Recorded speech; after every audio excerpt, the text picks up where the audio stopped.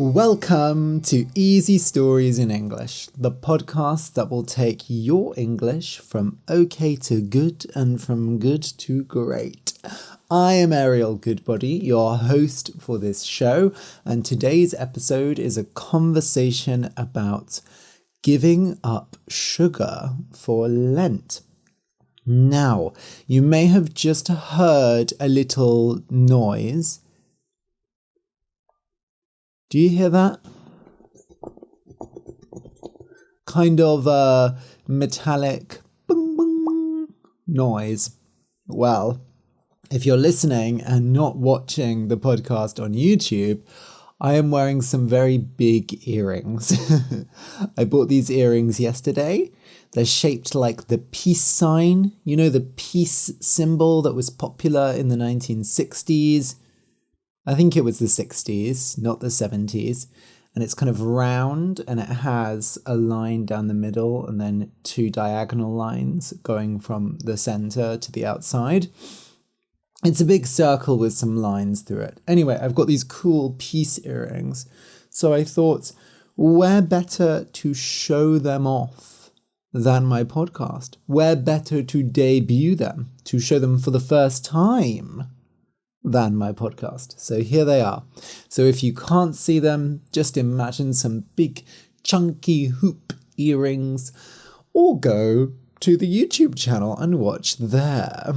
So what is Lent? Lent, L-E-N-T, is the 40 days before Easter. Easter is probably the most popular Christian holiday in the year. People think it's Christmas, but actually Easter is much more important because as Christians, Easter is when we retell the story of how Christ was killed. He was crucified, killed on the cross, and then came back to life after 3 days.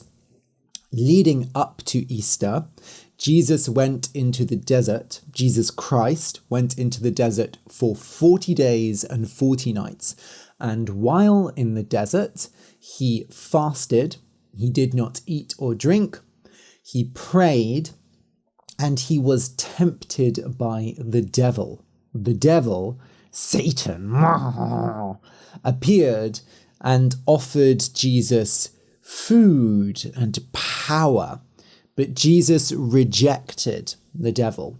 He stayed strong in his faith, in his belief in God. And then he returned from the desert to face his death. And he died for all of us. He died for our sins.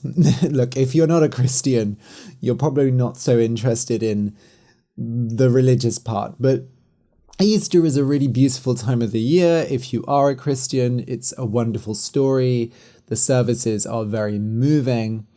And because of this history, because of this story of Jesus going into the desert and fasting, Lent, the 40 days before Easter, has traditionally been a time where all Christians choose to give things up, to fast.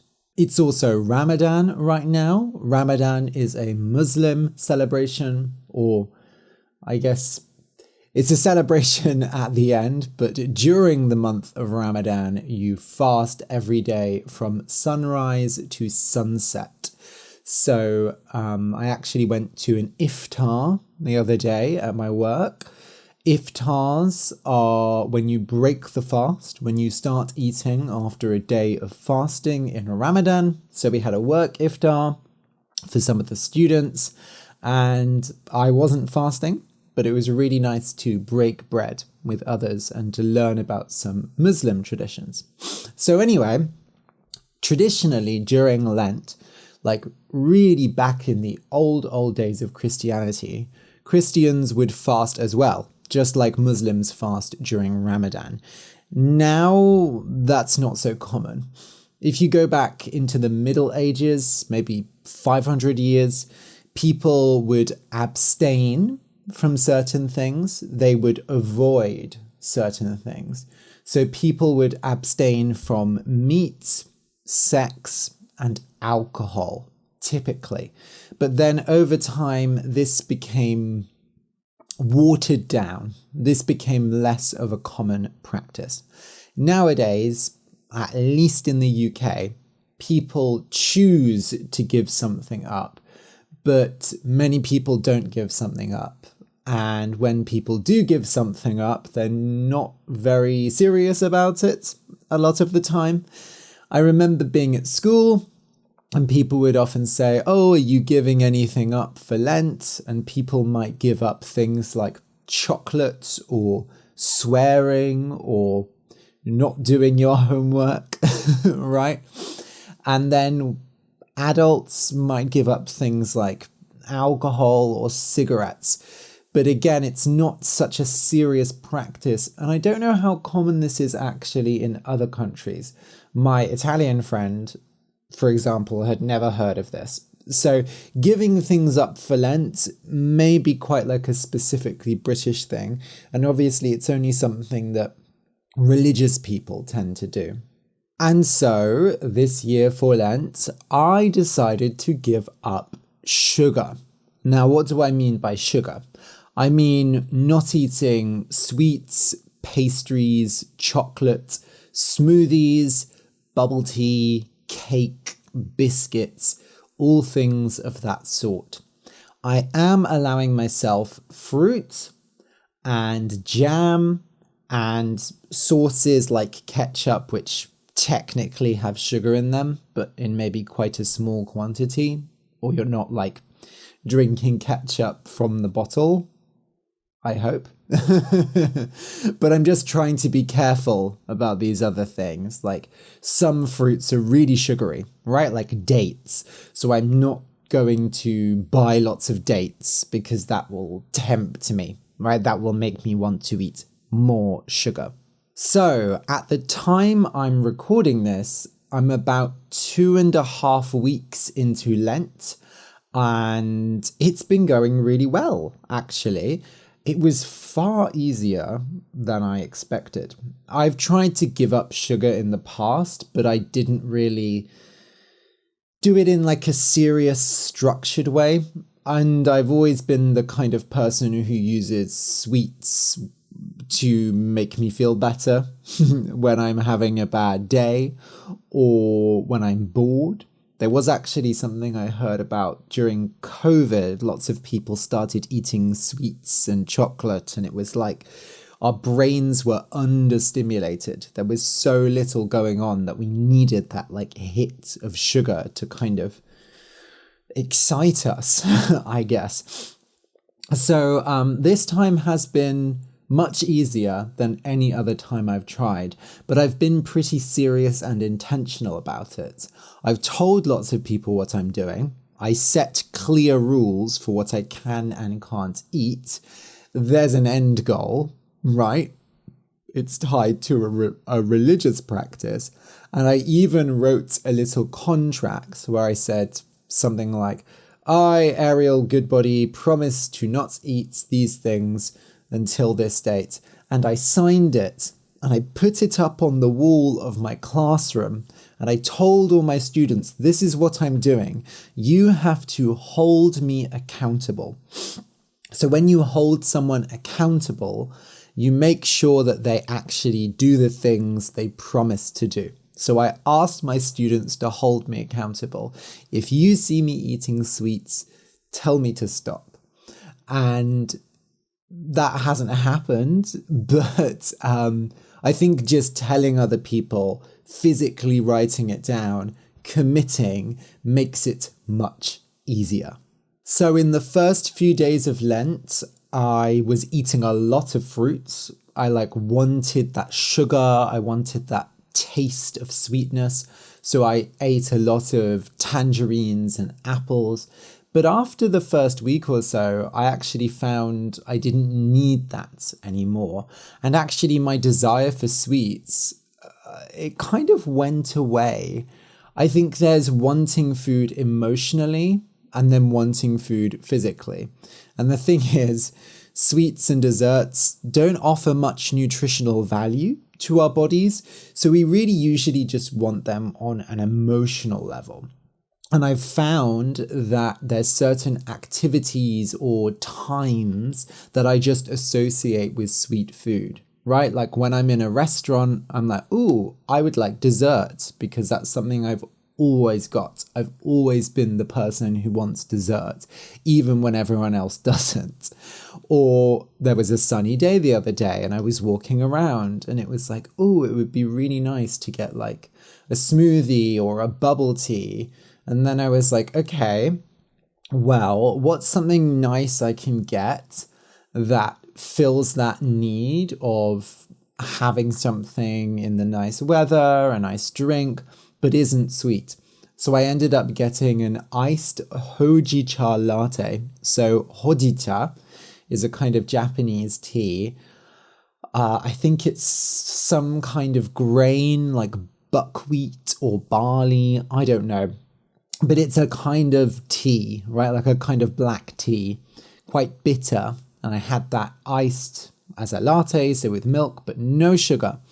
And it was really good. It was a very nice flavor. I got to enjoy the rich flavor, but it wasn't sweet. And I just fulfilled that need in a different way. And that's what I found is I've been thinking, well, first of all, my taste buds have been a lot more sensitive. So your taste buds are the little dots on your tongue that pick up flavor. Yeah, we have taste buds for sweet food, for salty food, for sour food, for spicy food, and so on. Especially in the first week or so, my taste buds were really sensitive. Like I ate a tomato and I was like, oh my God, this is the most delicious tomato I've ever had. You know, I was really sensitive to flavors and everything just tasted more and better. So I found if I'm craving sugar, I think, okay, craving is when you really want something, like suddenly you're like, oh, I'm really craving a chocolate bar. For example, when women get pregnant, they often crave very specific foods. Maybe they crave food that they never liked before. So what I do if I'm craving sugar is I say, okay, is there something else I can get that's not sweet, that still has an interesting flavor, which I can enjoy? And if it's food, am I actually hungry? Because often I'm not really hungry. And if you're eating something sugary, it kind of overrides that hunger, that fullness, I guess. Like you can eat sweet food when you're full much more easily because the sugar kind of stimulates your body and actually I think it increases your appetite. It makes you hungrier. But if you're really full and you're like, oh, I want to have chips because I really want that salty flavor, it's like, well, I can't, I'm too full, right? So I just won't eat. But yeah, often there is something I can have, whether it be, I don't know, coffee, like a decaf coffee, maybe in the afternoon, a nice decaf cappuccino, because there's like a bit of sweetness in the milk. Like maybe I wouldn't have tasted that before, but now if I have a cappuccino with no sugar, it tastes sweet to me because I guess, yeah, the milk is got lactose or some kind of small amount of sugar in it. In general, my appetite has been much less. Again, this is a change that I noticed the most at the beginning and then it's kind of evened out a bit.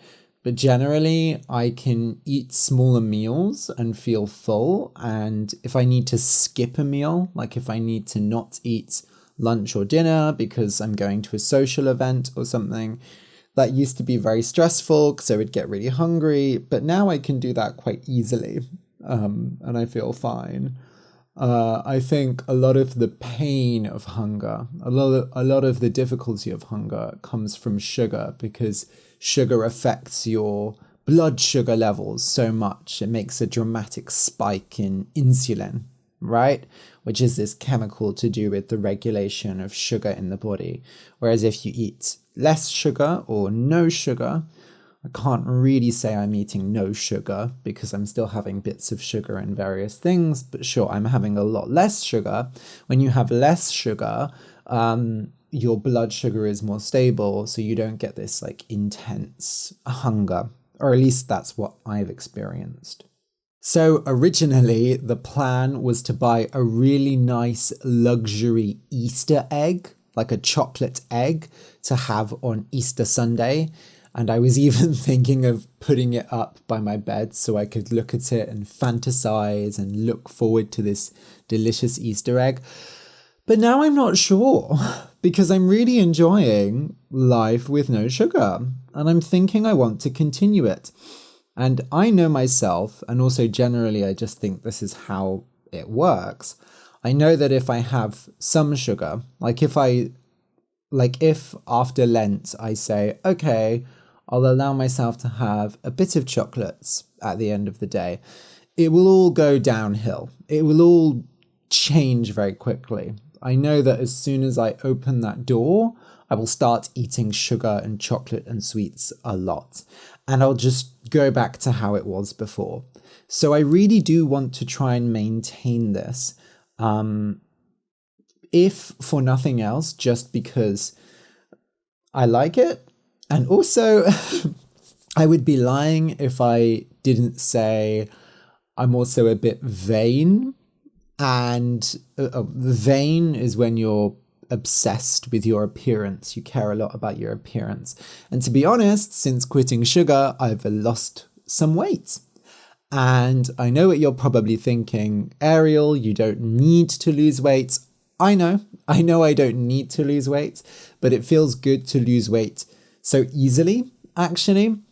And then also because I've been doing so much yoga and then I lost some weight, I can really see the muscle definition on my body. I can really see all of the muscle. I'm showing some of it on the YouTube video right now. You might be able to see. Yeah, so muscles. I'm seeing them more. That's nice. We like that.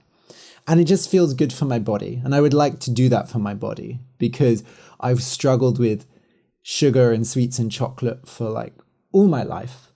So if I can just end it, then I think that will be amazing. The way to do these dramatic changes is to say, I'm not a person who does this, right? It's to make it a personality thing. I'm not a person who eats sugar. And for these 40 days, I feel like I am able to say that, right? I'm not a person who does this. Oh, I'm not a biscuit person. I'm not a cake person. So I'm hoping that I'll be able to continue that afterwards, even though it might be a bit annoying because I know I'm going to be in group situations and everyone else will want ice cream or we're having dessert. And I'll be like, sorry, I don't do that. I don't eat ice cream. I don't eat dessert. But you know what? Sometimes you just have to be a bit annoying. Sometimes you just have to be different and special. In other news, life is good. Spring has sprung. So spring is the season, springtime. Rabbits, flowers, leaves on the trees.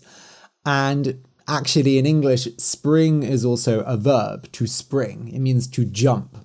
And the past is sprang, and the past participle is sprung. So there's this expression, we say, spring has sprung, spring has jumped. And that means that spring is here, spring has begun. And I love spring, oh my God, because every year in the UK, when it gets to winter, and it's really dark and the days are so short, I feel like all my energy is being sapped away. All my energy is just going. And then spring arrives and I'm like, woo, woo, woo. I'm full of energy. So yeah, spring has sprung.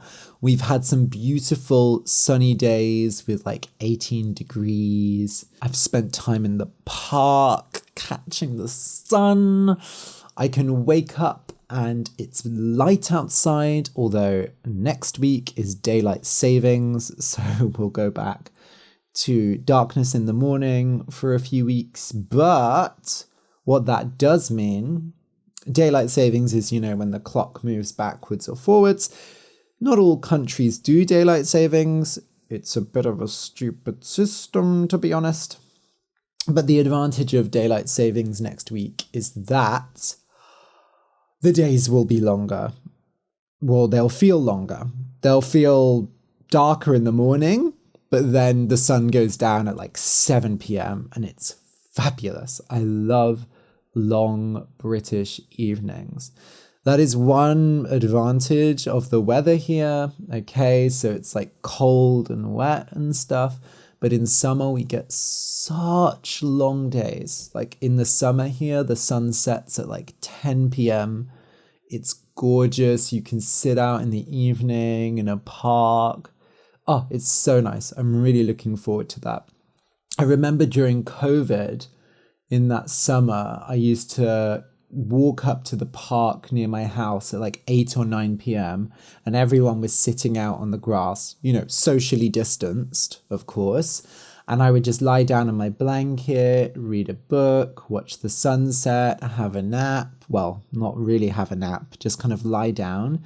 And then when it was time for bed, I would walk home and go to bed. It was really, really nice. So I'm looking forward to doing things like that again. I have been very busy. I've been doing a lot of yoga. I've been doing some work-related stuff. Obviously, I've been making the podcast. I've been socializing a lot. And I've been preparing for my Japanese exam, which I think is going well. The last practice test I did, I got like 80% overall. And in all of the sections but one, I got like 85 or 90%. There's just one section, which is the vocabulary. I think it's just the vocabulary section that I got like 55%. But overall, I would almost certainly pass.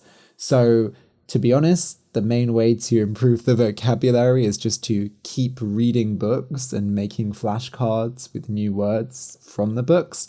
Okay, this is interesting, right? Normally, I'm anti-flashcards. So flashcards is when you make these little cards where you write a word on one side and then the definition on the other, and you use them to study with, right, to test your memory. And it's a very like old school traditional language learning method to make vocabulary flashcards.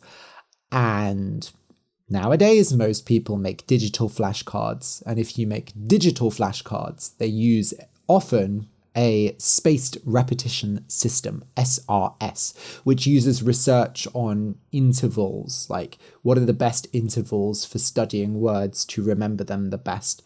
It can also be with like facts or other things for any kind of studying, but for languages, it's usually words, right? And I've traditionally been very anti-flashcards. Like, I think it's much better to focus on comprehensible input, so reading and listening a lot in your target language. But because for this exam, I need to know as much as possible, some of the vocabulary is pretty obscure. It's not very common vocabulary. And I need to remember all the pronunciations, which is difficult with Japanese because the characters can have really different pronunciations depending on what word they're in. I've started making flashcards, but I found a way of doing it that I think is much more effective. I didn't invent this, but it's called sentence flashcards, right?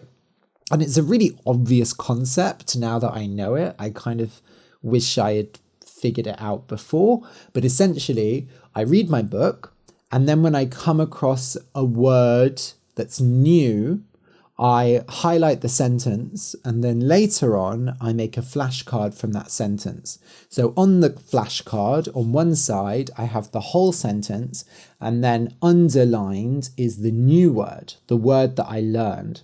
Or that I came across for the first time. And then on the other side is the definition and pronunciation of that word.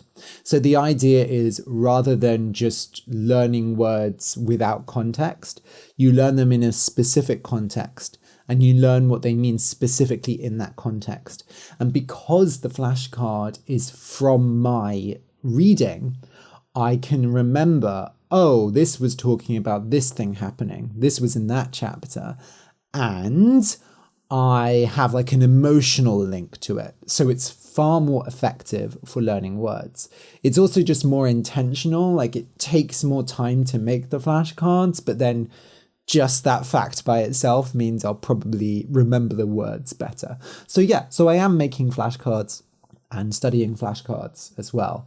And that's basically all I can do to improve the vocabulary section of the exam. I'm going to do more practice questions, but I'm pretty confident that if I keep studying, I'll be fine. Okay, so thank you for listening to this episode of Easy Stories in English. If you are interested in taking classes with me, I've talked about this before, you can book private one-to-one online classes with me. I do want to remind you that you can book a free 15-minute online consultation. Just go to easystoriesinenglish.com/classes. You can put a time in your calendar to meet me on Zoom or Google Meet. Please do show up at that precise time, because if I don't see you there for the first 5 minutes, I'll probably disappear. I have other things to be doing. So, it is a specific time slot, but it's a great chance to ask me any questions, get an idea of how classes would work, and just maybe to get rid of that anxiety that comes of booking classes and things online. I know what it's like. When I book language classes online, I get pretty nervous as well. So anyway, thank you for listening and see you soon.